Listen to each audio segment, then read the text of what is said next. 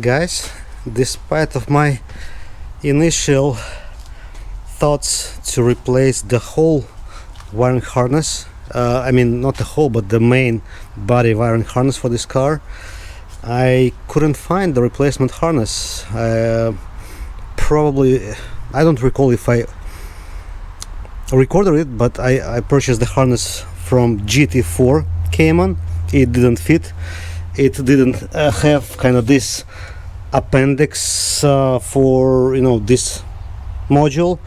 I also purchased the harness from Cayenne S, but with the automatic transmission, and again it didn't fit because of the automatic transmission. There's different wiring, slightly different wiring in the back, but it's been like half a year since I started the whole thing. So what I think I'm gonna do, I already started to dismantle the old harness from the front of the car. I'm most likely gonna chop the harness from the Cayenne S with automatic transmission, and I'm gonna solder it here.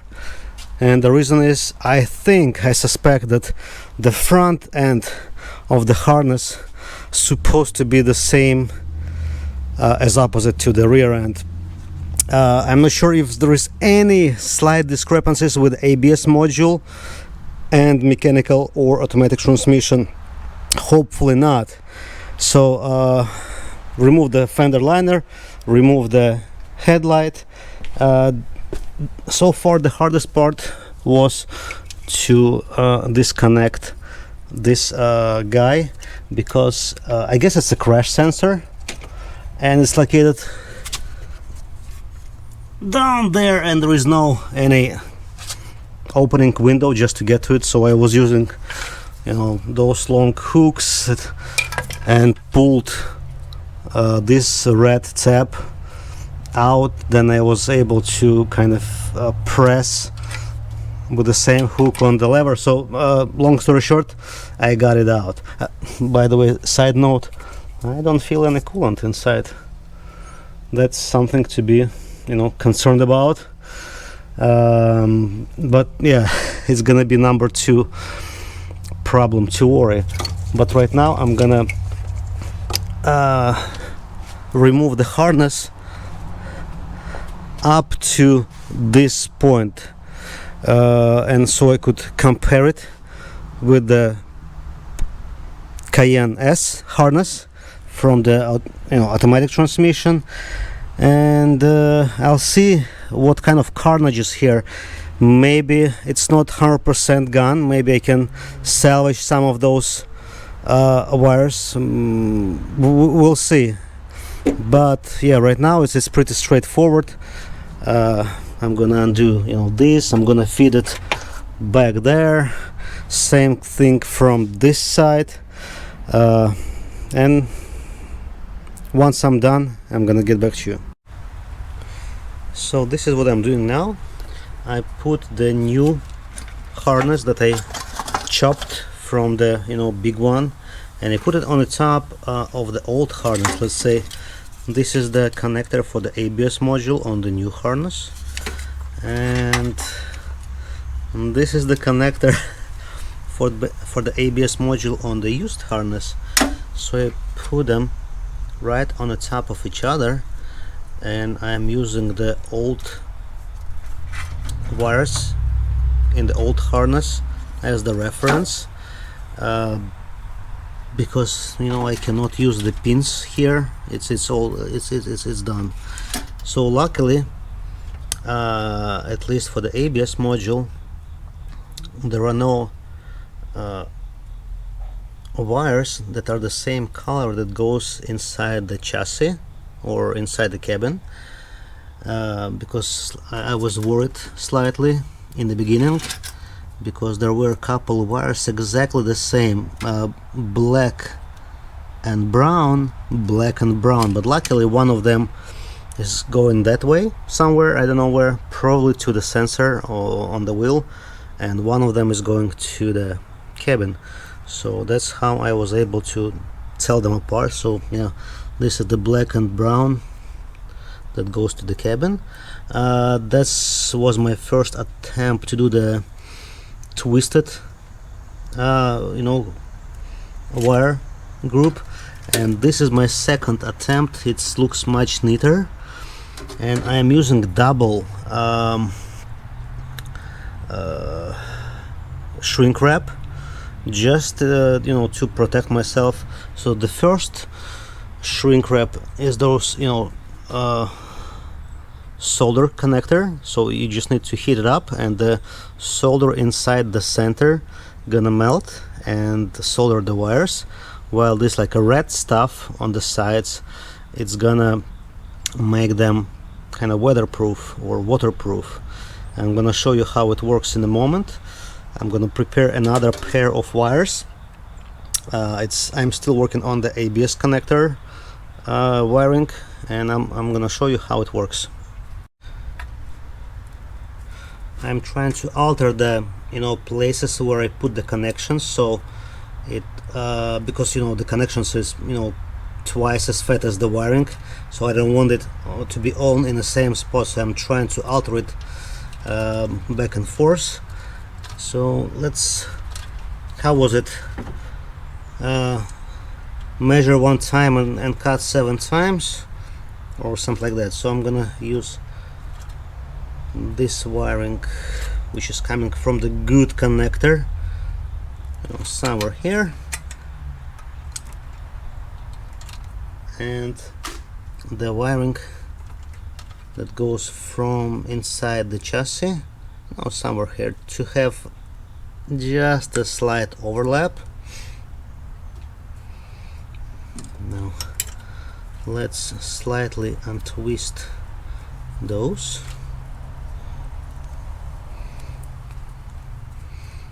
I'm using this wire stripper tool. 1, 2,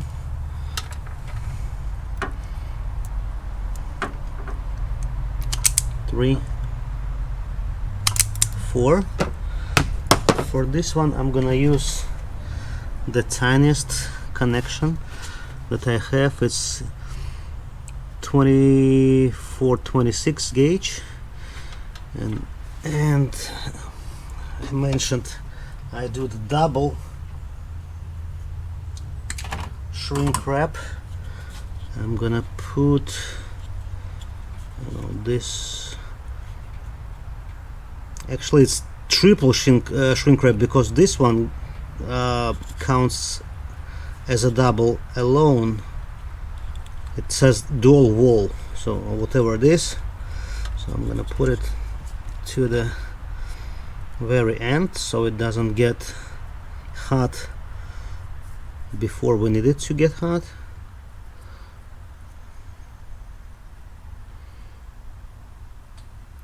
Let's see if this connector, okay, good. What about this one? Good. Let me take it away from the zip tie. I'm using zip ties just to group the wires, so I have an idea where they are coming from and where they're going to, at least roughly, because there are a bunch of wires with the same color, same gauge. Come on.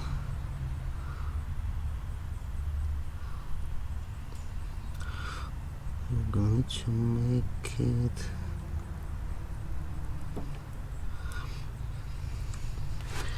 it's hard to do 2 of them simultaneously.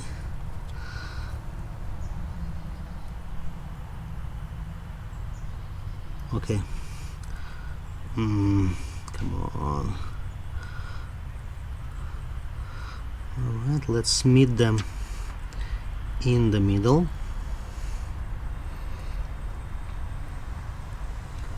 Just like that.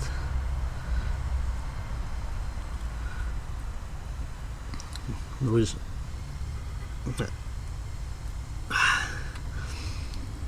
I don't want to rush this process.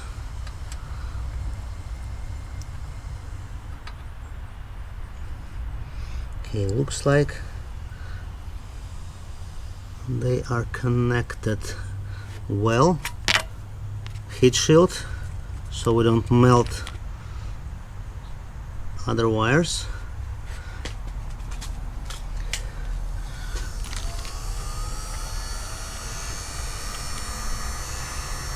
And heat gun.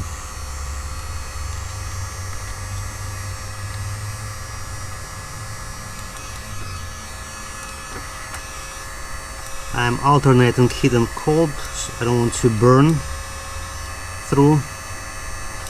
And I'm gonna watch when the solder gonna start to melt on the wires.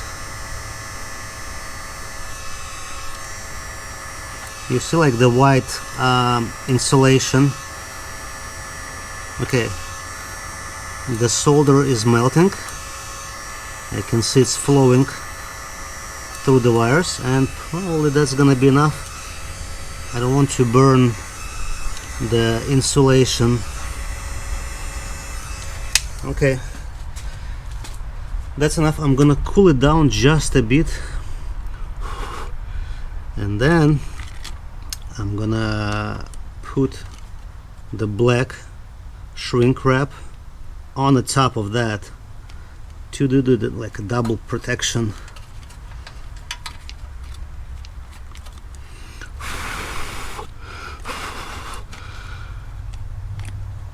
Alright, just like that.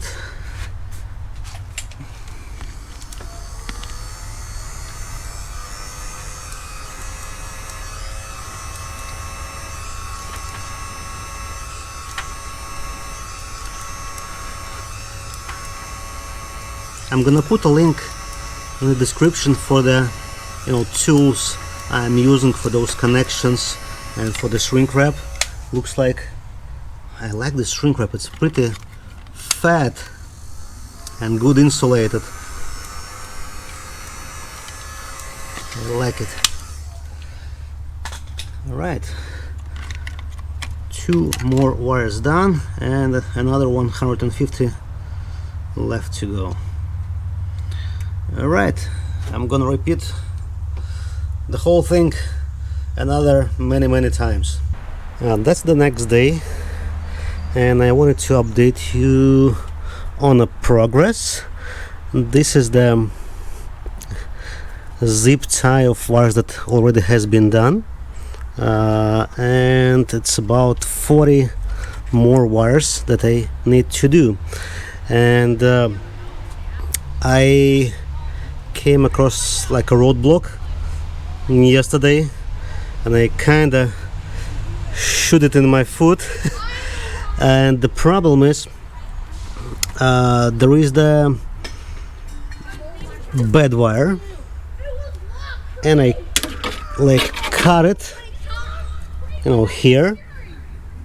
This is the bad part, and so I wanted to solder the good wiring from the good harness to the side that goes inside the cabin. And I was kind of opening the insulation, and the wire was still kind of oxidized even under the insulation. So I was cutting, and you can see I cut it probably like 1, 2, 3, 4, like 5-6 inches. And I'm nearing already the section that goes inside the firewall. And at that point I decided I need to stop cutting, and looks like I need a trick to clean the copper wire from oxidation. And this is what what kind of solution I got. Take a look. By the way, I'm not sure if camera is focusing or not, because I cannot see on this little screen. But this wire, you see, it's like a not shiny copper wire, but it's kind of dull or like black wire. So that's what we're gonna do now. This is the solution of salt, vinegar and water, and I'm gonna put this wire down there. It shouldn't take too long, but this chemical process should kind of dissolve the oxidation, and it should leave the clean contacts, assuming everything gonna go as planned. It's hard to keep it submerged. It's fat wire, it's not too much flexible. Actually, it would be nice to slightly, kind of spread it, so this solution got everywhere. But yeah, I'm gonna hold it for a few minutes, and hopefully after that it's already becoming more clear. But let me kind of spread it slightly.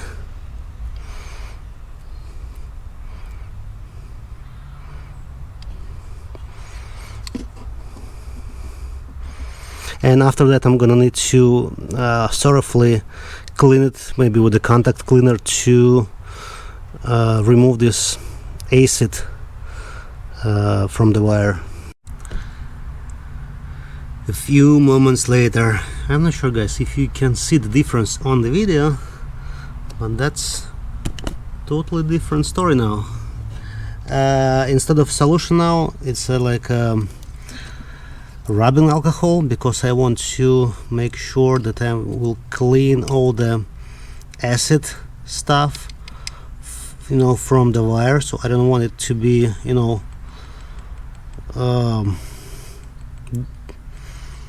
harming the copper. So I'm gonna rinse it in the alcohol for a bit, and then I'll try to solder it. Yeah, unfortunately I'm gonna need like a jumper wire, and it's bad because this is pretty thick wire. I'm not sure what the fuse rating is for that, but it's probably like 60 amp or something,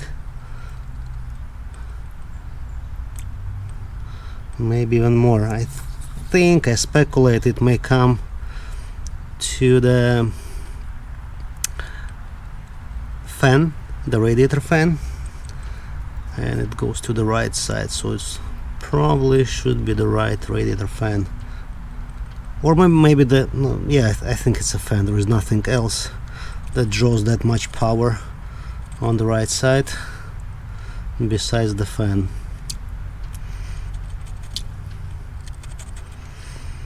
It looks like